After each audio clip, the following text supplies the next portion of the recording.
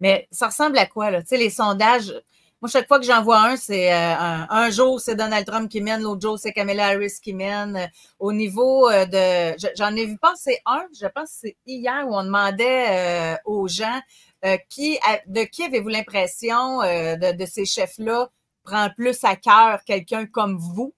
Et Kamala Harris, c'était 4 personnes sur 10, puis Donald Trump, c'était 24 Fait que au niveau. Mais quand Oui, c'était. d'ailleurs, je pense qu'on parle du même sondage. Harris est vue par les Américains comme étant la plus honnête. Oui, c'est ça. Mais les Américains font plus confiance à Trump quand vient le temps de parler d'économie et d'immigration. Exact. Exact. Mais sais-tu quoi? Je pense que ce qui pourrait sauver les républicains aux prochaines élections, c'est que, rappelez-vous, quand Trump a été élu, il n'y avait aucun sondage qui le donnait gagnant. Exact. Aucun. Aucune firme de sondage ne le donnait gagnant, même pas chez Bill Léger, à rien, personne. Tout le monde donnait Hillary Clinton. Il y a le petit gars de la chaire Duran qui avait dit qu'on ne le reverrait plus parce qu'il était certain, c'était impossible que Donald Trump tu sais, je veux dire, quand tu travailles pour une chaire politique, sacrément, tu ne dois pas te tromper. C'était impossible qu'il devienne président des États-Unis. Et contre toute attente, il est devenu président des États-Unis. Donc, est-ce que ça va se répéter? Je le souhaite ardemment pour mille et une raisons.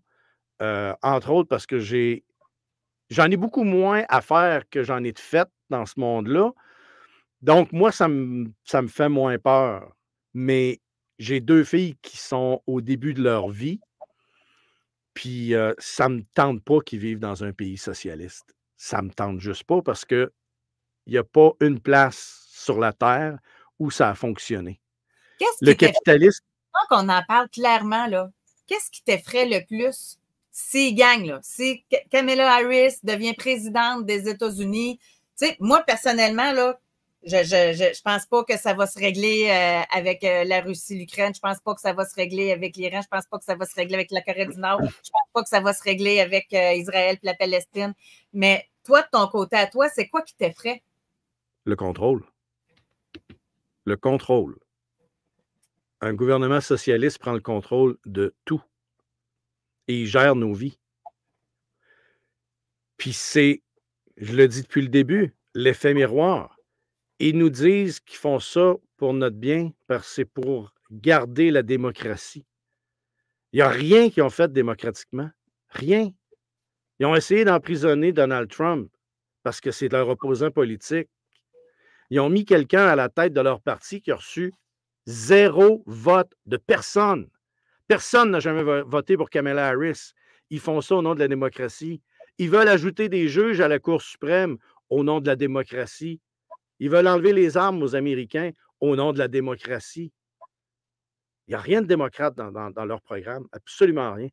Absolument rien. Ils veulent nous obliger à se promener en auto électrique en 2035. Ils veulent contrôler. Puis quand ton auto va être électrique puis qu'elle va tout marcher par ordinateur, bien, qu'est-ce qui va les empêcher de contrôler que tu ne sortes pas de ton état? Parce que je ne sais pas si vous vous rappelez, mais il y avait eu un virus qui nous empêchait de sortir de telle ou telle région du Québec. Hein? Avant la pandémie, là, je vous aurais dit que le gouvernement pourrait prendre le contrôle. Vous ne m'auriez jamais cru.